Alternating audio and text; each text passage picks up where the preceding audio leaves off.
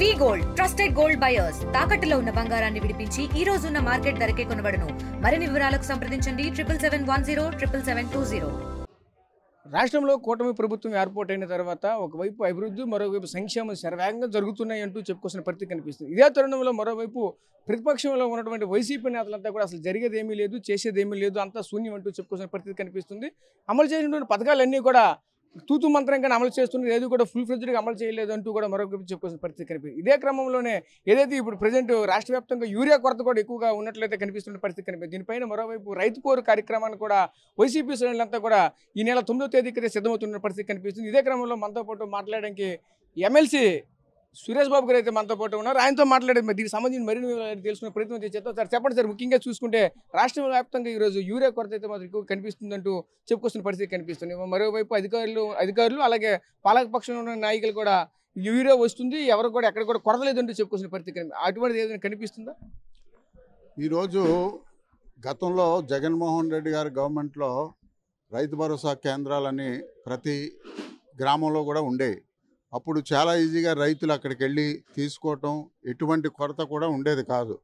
ఈరోజు ఏమైందంటే మరి కొన్ని గ్రామాలకే ఈ యూరియా కేంద్రాలు పెట్టి ఈ ప్రజలందరూ కూడా తండోపతండాలుగా అక్కడికి వెళ్ళడం, లైన్లో ఉదయం 4 గంటల నుంచి లైన్లో నించోవడం, యూరియా దొరకకపోవడం, ఇవన్నీ చాలా యూరియా కొరత మాత్రం చాలా ఎక్కువగా ఉంది. ఎందుకంటే ప్రతి రైతు కూడా ఎకరానికి 2 బస్తాలు ఈరోజు యూరియా అవసరం ప్రతి రైతుకి కూడా. కానీ కేవలం 1 బస్తా కూడా దొరకటంలా. ఈ మధ్య మేము కొన్ని పరిశీలనలో తేలింది ఏంటంటే, ఇప్పుడు గజపతినగరం నియోజకవర్గం గంట్యాడ మండలంలో కొన్ని గ్రామాలకి జీరో పంపిణీ. ఈరోజు 1 బస్తా కూడా ఒక పెద్ద పెంట శ్రీరాంపురం అనే గ్రామానికి, ఒక పెద్ద గ్రామానికి సుమారు 1000 మంది రైతులు ఉండే గ్రామానికి 1 బస్తా కూడా ఇవ్వలేని పరిస్థితిలో ఈ ప్రభుత్వం ఉంది.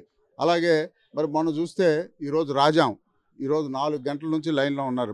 మీరు సోషల్ మీడియాలో చూడొచ్చు. రైతులు ఒకళ్ళు దెబ్బలాడుకోవడం, కొట్టుకోవడం యూరియా కోసం అంత కొరత ఏర్పడుతుంది. మేము జిల్లా సదస్సులోనైతేనే కానీ, జడ్పీ మీటింగుల్లో కానీ మేము గౌరవ మంత్రివర్యులకి, అలాగే మన ఇన్ఛార్జ్ మంత్రివర్యులకి, కలెక్టర్ గారికి ఎన్నో విన్నపాలు చేశాం. సార్ యూరియా కొరత ఉంది అంటే ఈ అధికారులు కూడా ఇగో రేపు వచ్చేస్తుంది లోడు, ఎల్లుండి వచ్చేస్తుంది లోడ్ అంటున్నారు, కానీ లోడ్లు వచ్చే పరిస్థితి లేదు. అందుకనే రైతులు చాలా ఇబ్బంది పడుతున్నారు ఈ పరిపాలన వల్ల. నేను మా గ్రామం ఈ స్టాఫ్ కొరత కూడా చాలా ఎక్కువగా ఉంది. డిస్ట్రిబ్యూషన్లు కూడా లేట్ అవ్వడానికి కారణం ఏంటంటే స్టాఫ్ కొరత కూడా చాలా ఎక్కువ ఉంది. ఎందుకంటే మండలానికి 5గురికే ఇస్తున్నారు. 5గురు కూడా ఇన్ని విలేజ్లు డిస్ట్రిబ్యూషన్ చేయడం అనేది వాళ్ళకే ఇబ్బందే. మేము వాళ్ళతో కూడా మాట్లాడాం. వాళ్ళు కూడా మేము 5గురు ఉన్నాం సార్, ఎలాగ డిస్ట్రిబ్యూషన్ చేస్తాం, చేయలేక చాలా ఇబ్బంది పడి ఇప్పుడు మా ఏరియా వాళ్ళు గుంపాంకి ఇచ్చారు. గుంపాంకి వెళ్ళేసరికి ఆడు ఎప్పుడు వస్తాడో తెలీదు, ఆడు ఏ ఊరు వెళ్ళాడో డిస్ట్రిబ్యూషన్కి ఎవరికి తెలీదు. రైతులు వెళ్ళి అక్కడ భోజనాలు లేక, నీరు లేక చాలా ఇబ్బంది పడి లైన్లో పడి చాలా ఇబ్బందులు పడుతున్నారు. ఇవన్నీ దృష్టిలో పెట్టుకునే ప్రభుత్వం దృష్టికి తేవాలనే దీనితో మరి జగన్మోహన్ రెడ్డి గారి ఆదేశాలతో, అలాగే మా జిల్లా పార్టీ అధ్యక్షులు చిన్నశ్రీని గారి ఆధ్వర్యంలో రేపు 9వ తారీఖుని మరి జిల్లా కేంద్రంలో మొత్తం 4 నియోజకవర్గాలు కలిపి గజపతినగరం, ఎస్కోట, విజయనగరం, నెల్లిమర్ల ఈ 4 నియోజకవర్గాలు కాబట్టి రైతులందరినీ తీసుకొచ్చి ఒక ర్యాలీ నిర్వహిద్దామనే ఒక నిర్ణయం తీసుకొని ఈరోజు దాని తరఫున ఇక్కడ మీటింగ్ జరగడం జరిగింది. అంటే ముఖ్యంగా చూస్తే ఈరోజు రాష్ట్ర ప్రభుత్వం ఏ విధంగా వ్యవహరిస్తుందంటే చెప్తున్నారు అంతా కూడా, మీరు కూడా ఏదైతే ఇచ్చినటువంటి హామీలన్నీ కూడా మీరు ఒకవైపు ప్రతిపక్షంగా ఉన్నటువంటి వైసీపీ నేతలు ప్రజాపక్షాన్ని పోరాడితే తప్పగానే అమలు చేయలేదంటూ కూడా మీరు ఆరోపిస్తున్న పరిస్థితి కనిపిస్తుంది. మరొకవైపు అసలు మేము అడగడం ఏంటి, మేము ఇచ్చింది మీ పని మేము చేసుకుంటాం కదా అని మరొకవైపు అయితే నాయకులు కూడా చెప్తున్నారు. సార్ ఇప్పుడు ఒకటే ఎగ్జాంపుల్, మన వికలాంగుల పెన్షన్లు తీసేశారు. చాలామంది వికలాంగులు ఈవెన్ 100% లోపం ఉన్నా కూడా వికలాంగులు పెన్షన్లు తీసివేయడం జరిగింది చాలా గ్రామాల్లో. వాళ్ళు మళ్ళీ ఎప్పుడు పునరుద్ధరించారు? మేము పోరాటం చేసిన తర్వాతే కదా. మేము పోరాటం అలాగే పిల్లలకి ఫీజులు కానీ, అలాగే ప్రతి పథకం కూడా మేము పోరాటం చేసిన తర్వాతే వాళ్ళు ఇవ్వటం జరిగింది. మేము పోరాటం చేసిన వరకు వాళ్ళు ఎందుకు ఆగాలి? ముందరే ఇవ్వచ్చు కదా.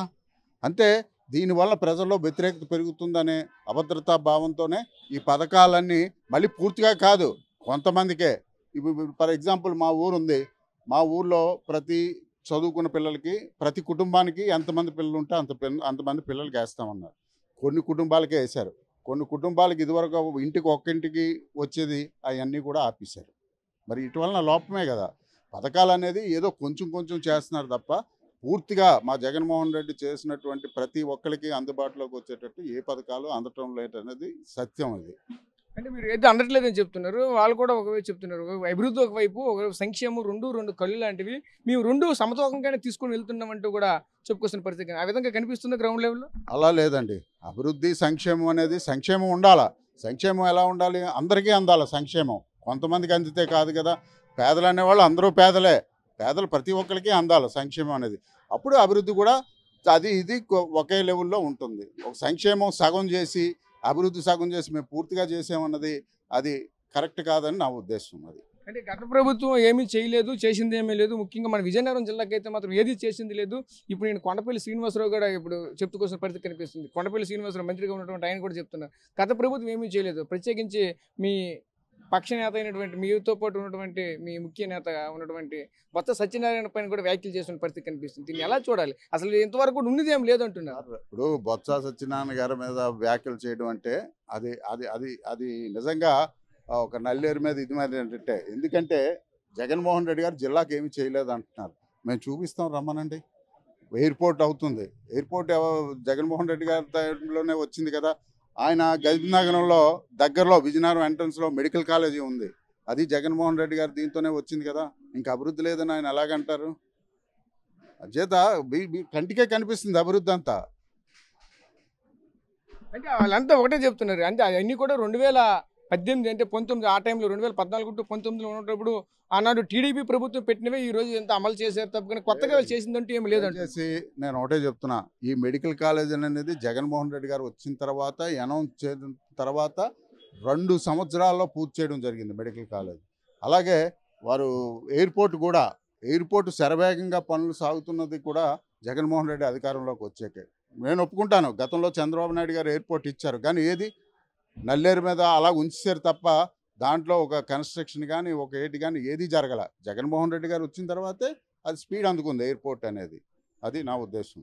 Okay sir, thank you. So చూసాం కదా, ముఖ్యంగా చూసుకుంటే జిల్లాకు సంబంధించినటువంటి అభివృద్ధి కార్యక్రమాలన్నీ కూడా గత ప్రభుత్వంలోనే చేసిన తప్పు, కానీ ఈ ప్రభుత్వంలో ఒక్కడ కూడా శంకుస్థాపనలు చేసిందంటూ లేదంటూ మరొక చెప్పుకొస్తున్నారు. అదేవిధంగా ఏదైతే అమలు చేసిన సూపర్ 6లో భాగంగా అమలు చేసిన పథకాలు ఏవి కూడా ఫుల్ ఫ్లెడ్జ్డ్గా అమలు చేయలేదంటూ కూడా మరొకటి చెప్పుకొస్తున్న పరిస్థితి కనిపిస్తుంది. ముఖ్యంగా ఏదైతే ఈ రైతు పక్షాన్ని అయితే మేమైతే ఖచ్చితంగా పోరాడతాం. రైతులకి అందవలసినటువంటి ఎరువులు కానీ వాళ్ళకి అందమైన విత్తనాలు కానీ ఏవి కూడా ఇన్ టైంకి ఏవి కూడా అందకపోవడంతో పూర్తిగా రైతులను తీవ్రంగా ఇబ్బంది పడుతున్న పరిస్థితి కనిపిస్తుంది. గత ప్రభుత్వం అయితే ఈరోజు పూర్తిగా పాలన అనేది ప్రజల వద్దకే తీసుకుని వెళ్ళింది. ఈ రోజు అటువంటిది ఏది కూడా ఈ ప్రభుత్వంలో కనిపించలేదు. గతంలో ఆర్బీకేలుగా ఉన్నటువంటి ఈ రోజు ఆర్ఎస్కేలుగా తయారు చేశారు. ఈ ఆర్ఎస్కేల్లో కూడా ఏది కూడా లేనటువంటి పరిస్థితి. కొన్ని గ్రామాలు చూస్తే 1000 మంది రైతులు ఉన్నటువంటి ఆ గ్రామంలో కూడా పూర్తిగా ఈ రోజు ఒక బస్తా కూడా యూరియా అందలేనటువంటి పరిస్థితి అయితే ఏర్పడుతుందంటూ కూడా మనతో పాటు చెప్పుకోవాల్సిన పరిస్థితి కనిపిస్తుంది.